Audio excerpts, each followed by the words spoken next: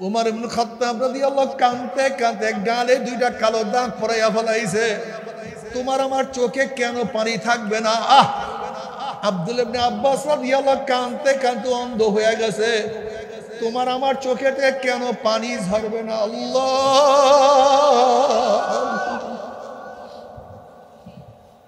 নবী আলাইহিস সালাতু ওয়াস সালাম আল্লাহর কাছে দোয়া করে, আল্লাহুম্মা আরযুকনি আইনাইন তাবকিয়ান মিন খাশিয়াতিকা ক্বাবলা আন ইয়াকুনা দামু দামান। মাওলা হে, তুমি আমাকে এমন দুইটা চক্ষু দান করো যেই চক্ষু তোমার ভয়ে সব সময় কাঁদতে থাকবে। ওই দিন কান্নার আগে, যেই দিন চোখের পানি শেষ হয়ে অনর্গল রক্ত বাহির হওয়া শুরু হয়ে যাবে। আইনাইয়া হাল্লা তাবকিয়ান আলা জানবি, আইনাইয়া হাল্লা তাবকিয়ান আলা জানবি তানাসার উমরি বিয়াদি ওয়ালা আদরি আফসুস। আফসুস আমার চক্ষু, তুই আমার গুনার কথা স্মরণ করিয়া কেন কান্দো না? ওরে চক্ষু কত নামাজ কাজা করলাম, ওরে চক্ষু কত রোজা ছাড়িয়া দিলাম, ওরে চক্ষু কত বেপরদা অপকর্মের মধ্যে লিপ্ত হইলাম। ওরে চক্ষু,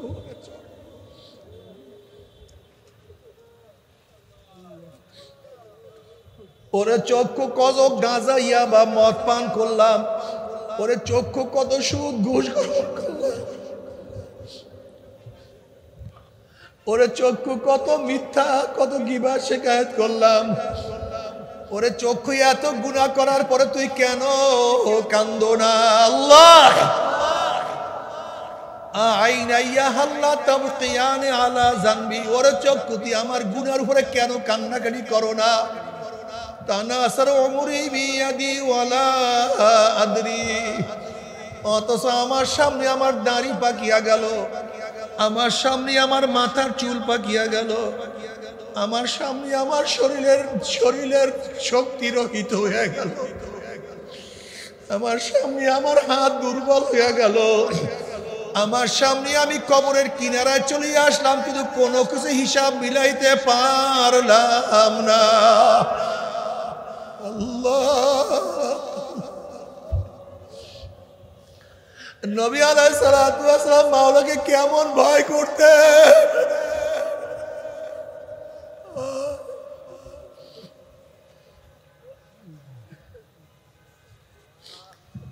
তুমি কি সহিহ হাদিসের মধ্যে দেখো না সাহাবারা মাওলাকে কেমন ভয় করতেন? মুসলিমের মধ্যে রওয়ায়াত আছে, হানজালা রাদিয়াল্লাহু তাআলা একদিন দৌড়ার বলে হানজালা মুনাফিক হয়ে গেছে, হানজালা মুনাফিক হয়ে গেছে। আবু বকর সিদ্দিক রাদিয়াল্লাহু বলেন, হানজালা কিভাবে মুনাফিক হইছো? তুমি কিভাবে মুনাফিক হইছো? তখন তিনি বলেন, আবু বকর ভাই, আবু বকর, হানজালা তো মুনাফিক হয়ে গেছে। বলে কিভাবে মুনাফিক হইছো?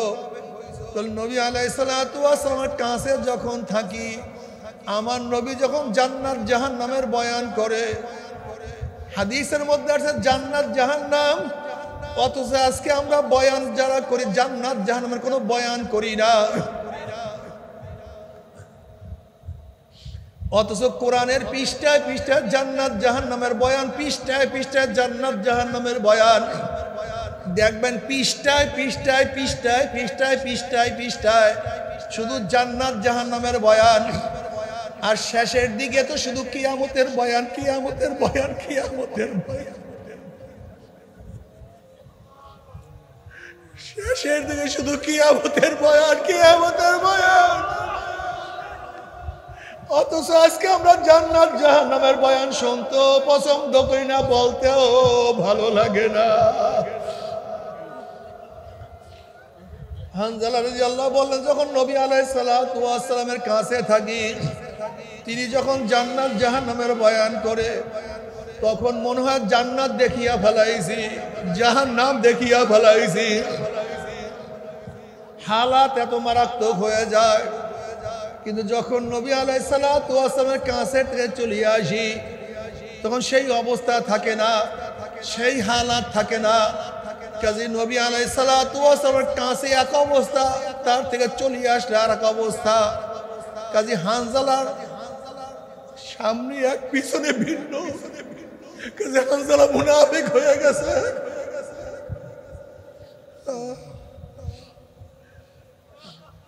আবু বকর রাদিয়াল্লাহু বলেন, হ্যাঁ আমিও তো মুনাফিক হয়ে গেছে, আমারও তো একই অবস্থা। নবী আলাইহিস সালাতু ওয়াস সালামের কাছে থাকলে কলবের যে অবস্থা, নবীর থেকে চলে আসলে সেই অবস্থা তো আর থাকে না। কাজে আমিও তো মুনাফিক হয়ে গেছি। এবার উবাই নবী আলাইহিস সালাতু ওয়াস সালামের কাছে গেছে, গিয়া বলে, ইয়া নবী আল্লাহ, ইয়া রাসূলুল্লাহ, আমরা তো উবাই মুনাফিক হয়ে গেছি। নবী আলাইহিস সালাতু ওয়াস সালাম বলে, হানজালা, এতে তুমি মুনাফিক হও নাই।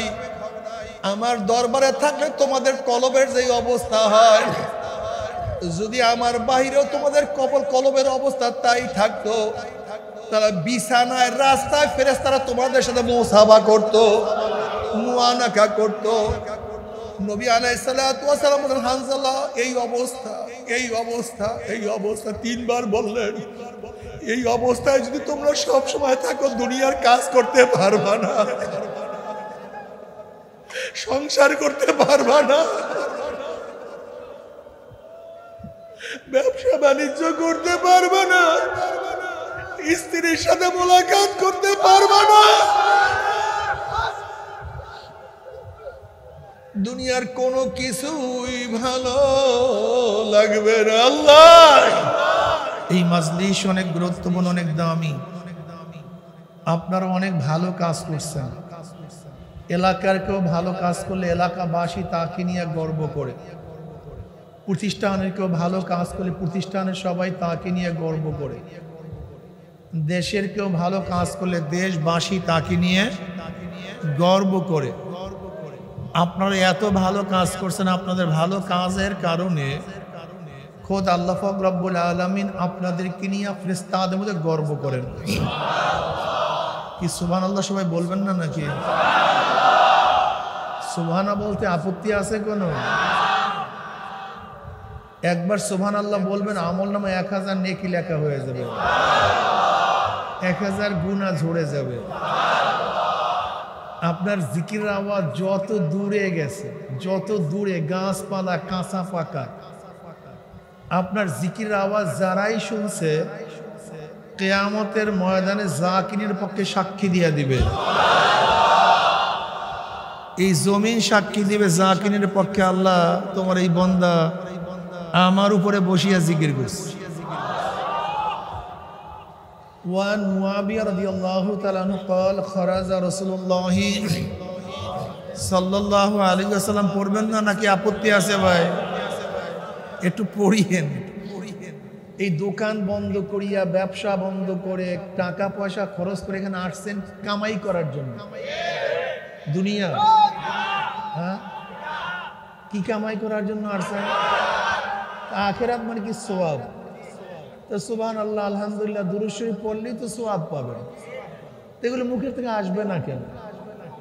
আর নবী আলাইহিস সালাতু ওয়াস সালামকে আল্লাহ পাক এত বেশি মুহাব্বত করেন, আপনি নবী আলাইহিস সালাতু ওয়াস সালামের উপর দুরূদ পড়বেন একবার, আল্লাহ পাক রহমত নাযিল করবে 10 বার।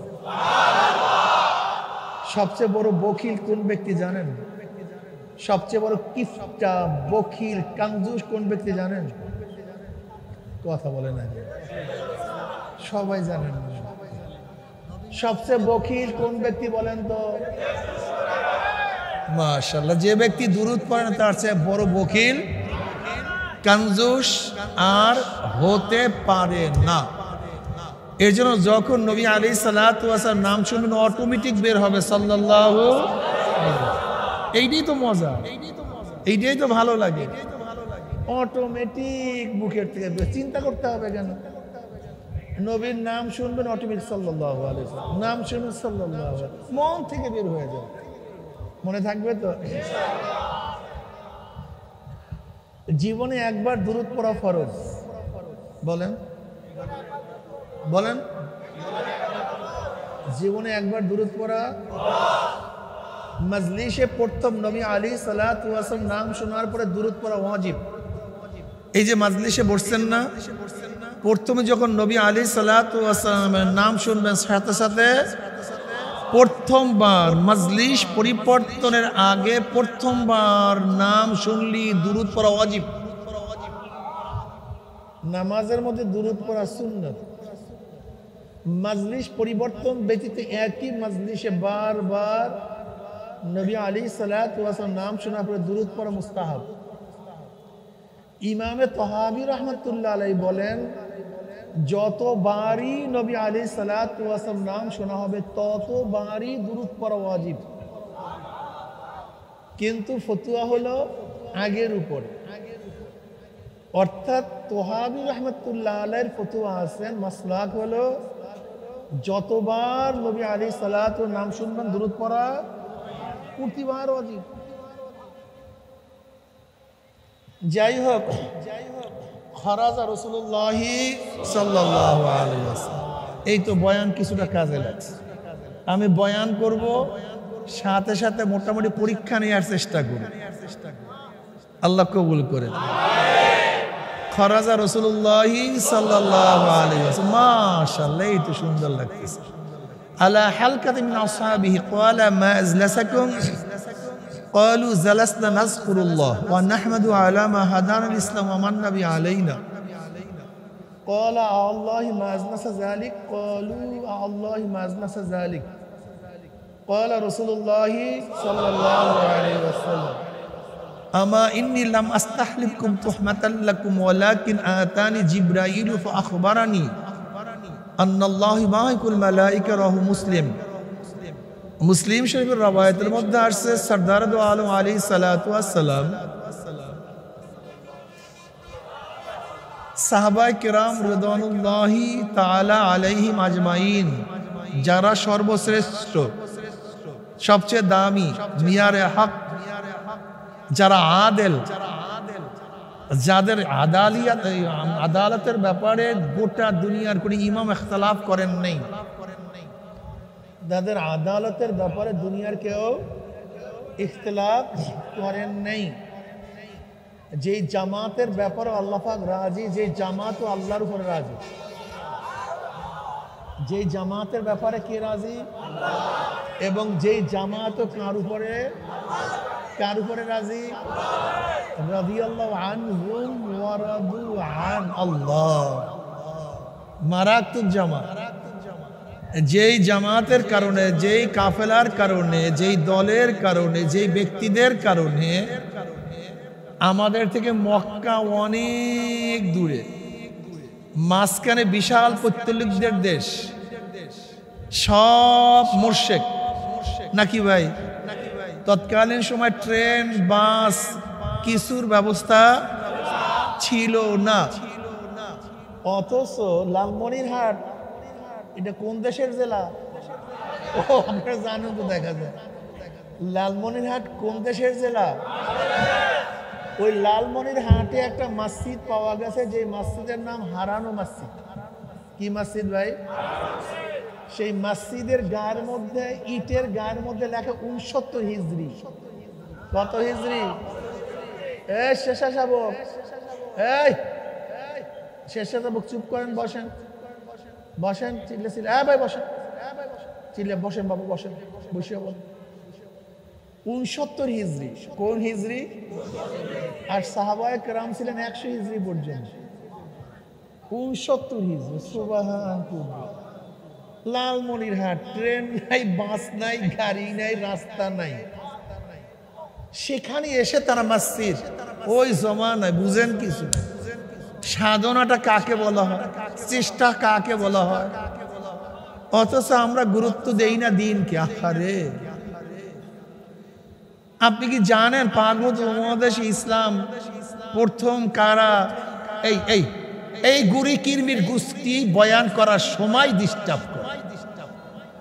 তোমার এটা কাজটা কি বলো তো? তোমার কি কাজ? তোমার ওখানে এতক্ষণ ফিটিং সিটিং করছো, কাজটা কি তোমার? আর বয়ান শোনো তুমি।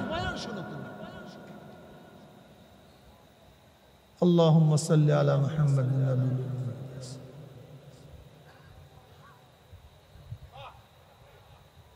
কাদের মাধ্যমে? 712 ईसाई साले मोहम्मद बिन कासिम रहमतुल्लाह अलैहि, মোহাম্মদ বিন কাসিম রহমতুল্লাহ আলাই 5000 সৈন্য নিয়ে ম্যাকারনের পথ ধরে রাজা দাহিরের 1 লক্ষ সৈন্যের বিরুদ্ধে কলেমার পতাকা উড্ডয়ন করছে। অথচ তার আগেও মাইনুদ্দিন চিশতি রহমতুল্লাহ আলাই, বলেন মাইনুদ্দিন চিশতি রহমতুল্লাহ আলাইর একার হাতে প্রায় 1 কোটি, কত? মাইনুদ্দিন চিশতি রহমতুল্লাহ আলাইর হাতে প্রায় 1 কোটি মুরশিদ ইসলাম গ্রহণ করেছেন। এই গোটা পাক দেশে কালেমার দাওয়াত পৌঁছাইছে কারা? মুর্শিদ, পীর, বুজুর্গ, শায়েখ, মাশায়েখরা। এদের মাধ্যমে দিন ঘরে ঘরে পৌঁছছে। মনে রাখবেন, পাক দেশে শুধু রাজত্ব বা ক্ষমতার মাধ্যমে দিন আসে নাই বিধায়ী আমাদের ক্ষমতা হারালেও দিনের বাতি বাড়ছে, কমে নেই। উদাহরণস্বরূপ, বুঝি নেই বাংলা কথা, স্পেনের মধ্যে মুসলমানের 750 বছর রাজত্ব ছিল। খ্রিস্টানরা সে দেশ দখল করার পরে মসজিদ ছিল না, মাদ্রাসা, কলেমা পড়তে কারবার সব ক্লিয়ার। আপনারা জানেন তুর্কির মধ্যে মুসলমানদের শাসন ছিল 750 বছর। কামাল পাশা সেখানে দখল করার পরে সব ধ্বংস করে, আজান বন্ধ, কালেমা বন্ধ, মসজিদ বন্ধ, আরবি শব্দ চুজ করা বন্ধ। আলেমদেরকে হত্যা করছে, যেই পরিমাণে আলেমকে হত্যা করছে আপনি চিন্তা করতে পারবেন না। এই কামাল পাশা, যাকে কামাল আতাতুর্ক বলা হয়, এই যে কত আলেমকে হত্যা করছে, নাস্তিক, বদমাশ, বেঈমান, এ সব ধ্বংস করে ফেলছে। ইসলামের কৃষ্টি কালচার, মসজিদগুলিকে তারা কি বানায় ফেলাইছে, ওই বার। এই যে আয়া সুফিয়া, এটা তো মসজিদ ছিল, এই আয়া সুফিয়াকে কি বানায় ফেলাইছে? গির্জা না, পরবর্তীতে জাদুঘর বানায় ফেলাইছে, বার বানায় ফেলাইছে। অথচ কতবার মসজিদ ছিল। বোখারা, তাসকান, সামারকান্দ, উজবেকিস্তান, কাজাকিস্তান, সেখানে রাশিয়া দখল করার পরে 72 বছর পর্যন্ত কোরআন কিনতে পাওয়া যায় নাই, পড়তে পারে নাই। অথচ বাংলাদেশে খ্রিস্টানরা একই সময় স্পেন দখল করছে। ওই সমস্ত যুগের মধ্যে তো এই বাংলাদেশ টাংলা সবই, কথাটা বুঝাতে পারি নাই। এই বাংলাদেশ, এই পাক উপমহাদেশে খ্রিস্টানরা প্রায় 200 বছর শাসন করার পরেও মসজিদের সংখ্যা বাড়ছে না কমছে? ও, মাদ্রাসার সংখ্যা বাড়ছে না কমছে? এই টুপিওয়ালাদের সংখ্যা বাড়ছে না কমছে? দাড়িওয়ালাদের সংখ্যা বাড়ছে না কমছে? আরে ভাই, আপনি তো ভারতের এক কর্নারের মধ্যে, প্যাকেটের মধ্যে, এক কাছে, 3 দিকে ভারত, এক কর্নার দিয়ে মিয়ানমার, আর একদিকে বঙ্গোপসাগর, মাঝখানে সব ভারত। এই ছোট্ট একটা জায়গার মধ্যে 92% মুসলমান কেন? একদিনও চিন্তা করছেন? একদিনও মাথার মধ্যে আসছে না? আসবে কেন? এই 92% মুসলমান এই ছোট্ট একটা দেশের মধ্যে, অথচ 3 দিকে ভারত, একদিকে বঙ্গোপসাগর। কাদের দাওয়াতের কারণে? কোন কারণে? এই চিন্তা ভাবনা আপনার মধ্যে, আমার মধ্যে নাই। সমস্ত মাশায়েখদের কারণে, হক্কানি পীর বুজুর্গদের কারণে, অন্য কারোর কারণে নয়। সমস্ত পীর বুজুর্গ, হক্কানি পীর বুজুর্গর কারণেই এদেশে কথা কয় না। সন্দেহ তো অবশ্যই আছে। শাহজালাল ইয়ামানী রহমতুল্লাহ আলাইহি কি ছিলেন? খানদানি রহমতুল্লাহ আলাইহি, শাহ পরান রহমতুল্লাহ, শাহ মখদুম রহমতুল্লাহ আলাইহি, এরাই তো দ্বীনের বাতি জ্বালাইছে।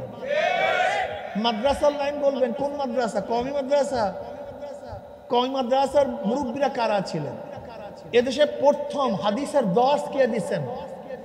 এই পাক উপমহাদেশে প্রথম তাফসীরের কিতাব কি লিখছেন?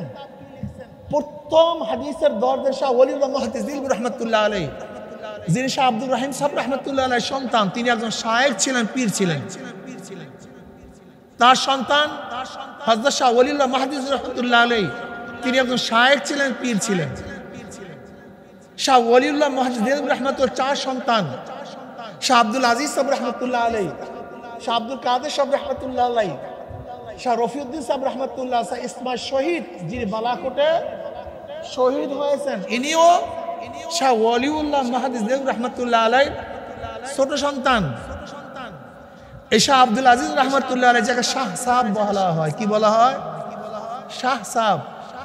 মুহাদ্দিস দেহলভী যাকে বলা হয়, এই শাহ আব্দুল আজিজ সাহেব রহমতুল্লাহ আলাইহি প্রথম 1803 ঈসাই সালে, প্রথম 1803 ঈসাই সালে এই ব্রিটিশ হটাও বিরুদ্ধে ফতোয়া দিয়েছিলেন যে ব্রিটিশ হটাতে হবে, এদেশ থেকে তাড়াতে হবে।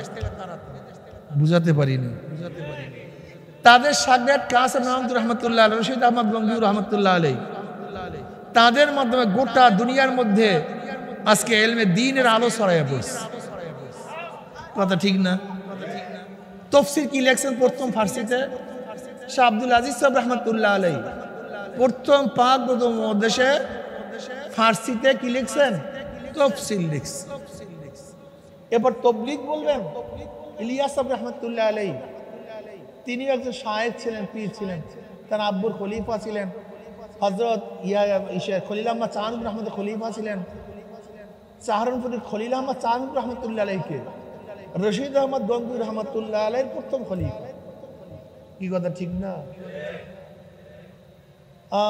আলিয়া মাদ্রাসার মাধ্যমে বলবেন চরমনে আলিয়া, শর্ষিনা আলিয়া, ধামতি আলিয়া, এর পিছনে কারা?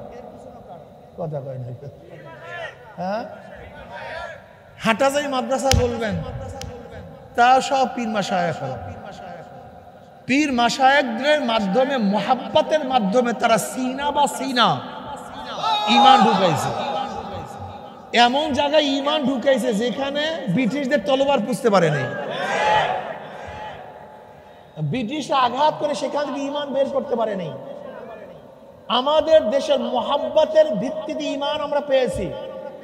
মুহাব্বত, ভালোবাসা, এর জন্য আমাদের দেশের গরিব ইসলামের জন্য সবচেয়ে বেশি ত্যাগী। বিশ্বাস করবেন না, আমাদের দেশের গরিবরা ইসলামের জন্য যেই পরিমাণে ত্যাগ করছে, এই রিকশাওয়ালা, ঠেলাওয়ালা, আমাদের দেশের বড়লোকরা ইসলামের বহুত বড় খেদমত করে নাই। ইসলামের সবচেয়ে বড় খেদমত করছে আমাদের দেশের গরিব মানুষগুলি। এখনো দেখবেন, এখন 98% মাদ্রাসার ওলামায়ে কেরাম কাদের সন্তান? এদের মাধ্যমে দিন, এটাই সত্য কথা। আমাদের গরিব মা বোনেরা তারা কি করছেন? ভাত পাকাবার সময় এক মুষ্টি চাল আগে রাখছেন ওলামাদের জন্য, তোলাবাদের জন্য। জানেন হাজারো আলেমরা আছে এত জেহিনী, এত মেধাবী। আচ্ছা বলেন তো, যারা 3 মাসে 1 বছরে কোরআন শরীফ 30 পারা কোরআন হেফজ করে, এদের মেধা নাই? কথা কয় না। একেবারে কম না, অনেক বেশি। এরা বিসিএস ক্যাডার হতে পারতো না, ডিসি হতে পারতো না, এসপি হতে পারতো না, সচিব হতে পারতো না, অথচ সবকিছু লাথি মারছে দিনের জন্য তারা। আমি বিশ্বাস করি যত মুহাদ্দিস বিসিএস ক্যাডাররা এদের ইলমের সামনে, জ্ঞানের সামনে তুচ্ছ। আপনি বিশ্বাস করতে পারবেন, আপনি যান কওমি মাদ্রাসা ইফতা বিভাগে, যান তাকাসসুস বিভাগে, একটা ইফতার ছেলে, তাকাসসুসাতের ছেলে 1 বছরে যেই পরিমাণ মুতালা করে, 1 বছরে যত ঘন্টা মুতালা করে, ওই ইউনিভার্সিটির ছাত্রগুলি সারা জিন্দেগিতে এই পরিমাণ মুতালা করে না। এত কিছু ত্যাগ করে তারা সব কিছু দেখে যে যারা আমাদের সাথে প্রাইমারিতে 3rd হইতো, 4th হইতো, তারা বিসিএস ক্যাডার, আর আমি 2টার মৌলবী। সব কিছু ত্যাগ করছে কিসের জন্য? জোরে বলেন। আর তুমি থেকে চিৎকারই করো বাবা, এই দিনের জন্য, আর কিচ্ছু না। যাদের ত্যাগের কারণে আজকে তুমি কলেমা পড়তে পারতেছো। আজকে আলেম শূন্য হয়ে যাইতেছে আমরা। আলেম শূন্য হলে দেশের মধ্যে ইসলাম থাকবে না। তোমার আমার দাওয়াতে ইসলাম চলবে না, হবে না। এই জন্য দেখবেন গোটা দুনিয়ার মধ্যে যেখানে খ্রিস্টান এবং ইসলামের দুশ্মনরা ক্ষমতা নেয়, প্রথম হত্যা করে কাদেরকে? কারণটা কি বলো? তোমরা জানোই না। আপনারা জানেন ওহুদের ময়দানে ঘোষণা হয়েছে কুতিলা মুহাম্মদ বলেন সাল্লাল্লাহু আলাইহি ওয়াসাল্লাম। আওয়াজ উঠে গেছে। আবু সুফিয়ান রাদিয়াল্লাহু নেতৃত্ব ছিল ওহুদের ময়দানে।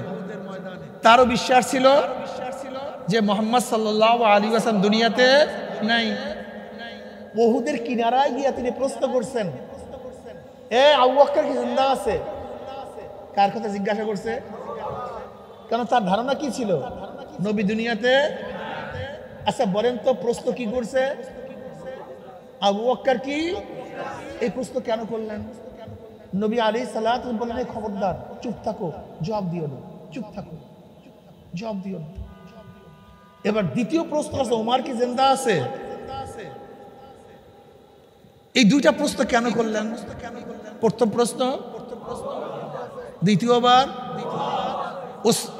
আবু সুফিয়ানের নাম তো জানেন, যিনি বহুত বড় জ্ঞানী ছিলেন। আবু জাহাল মারা যাওয়ার পরে প্রত্যেকটা যুদ্ধের নেতৃত্ব আবু সুফিয়ান রাদিয়াল্লাহু তাআলা। অর্থাৎ আবু জাহাল দ্বিতীয় হিজরিতে দুনিয়ার থেকে বিদায় হয়, মারা যায়, জাহান্নামের কীট হয়। এরপর ইসলামের বিরুদ্ধে যতগুলি ফতে মক্কার আগে যতগুলি যুদ্ধ, প্রত্যেকটা যুদ্ধের নেতৃত্ব দিচ্ছে কে? আবু সুফিয়ান রাদিয়াল্লাহু তাআলা আনহু। তিনি দুইটা প্রশ্ন কেন করছেন? উনি জ্ঞানী, উনি জানেন মুহাম্মদ সাল্লাল্লাহু আলাইহি ওয়াসাল্লাম দুনিয়াতে নাই, কিন্তু আবু বকর যে জিন্দা থাকে আবার ইসলাম দাঁড়ায় যাবে। যদি ওমর জিন্দা থাকে আবার ইসলাম। তাই বেঈমানরা জানে, খ্রিস্টানরা জানে, ইহুদিরা জানে, ইসলামকে আমরা যতই ক্ষতি করি না কেন, ইসলাম ও মুসলমানকে যতই কচু কাটা করি না কেন, যদি আলেমরা জিন্দা থাকে ইসলামের বাতি আবারও জ্বলতে থাকবে। এটা ওরা জানে। দেখেন, এলেম ব্যতীত দিন চলতে পারে না, এটা মনে রাখবেন। এলেম ব্যতীত দিন চলতে পারে না। দেখেন এখানে বাতি জ্বলতেছে, পাওয়ার হাউস কিন্তু এখানে না। পাওয়ার হাউস কোথায়? আশুগঞ্জ, ভেড়ামারা, কর্ণফুলি। আপনারা সবাই ক্ষিপ্ত হয়ে গেছেন, কুমিল্লার মানুষ বাতি ব্যবহার করবেন না, ভেঙে চুরমার হয়ে করছেন। আচ্ছা বলেন তো, পাওয়ার হাউস ঠিক থাকে, বিবাড়িয়ার লোক বাতি ব্যবহার করবে কি করবে না? বিবাড়ির লোক ক্ষিপ্ত হয়ে গেছেন, বাতি ব্যবহার করবে না। গোটা বাংলাদেশ ক্ষিপ্ত, বাতি ব্যবহার করবেন না। পাওয়ার হাউস ঠিক, ভারতের মানুষ বাতি ব্যবহার করবে কি করবে না?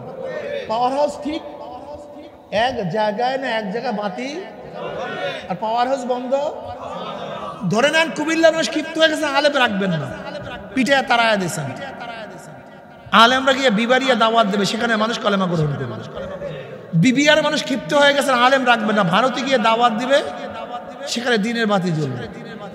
আপনারা বাংলাদেশের মানুষ ক্ষিপ্ত হয়ে গেছেন, ভারতের মানুষ ক্ষিপ্ত হয়ে গেছেন, আলেম রাখবেন না। আলেম যে আফ্রিকার জঙ্গলে গিয়া দাওয়াত দিবে, সেখানে দিনের বাতি জ্বলবে। কথা ঠিক না? বলতে পারো যে আলেম লাগবে কেন? আমরা কি করছি? আমরাও তো পারি, আমরা তো আয়াত টায়াত কম জানি না, আমরা কেন দিনের বাতি রক্ষা করতে পারবেন না? তোমাদের দাওয়াতে দিনের বাতি থাকবে না। তোমরা যেই পরিমাণের জানো, এই পরিমাণের এলেমে দিনের বাতি, তোমার সেই এলেম, আমার মতো যে এলেম, এই এলেমে দিনের বাতি থাকবে না। বলে কেন? কোরআন ও হাদিসের মধ্যে হাজারো জটিল প্রশ্ন আছে যেগুলো খ্রিস্টানরা জানে।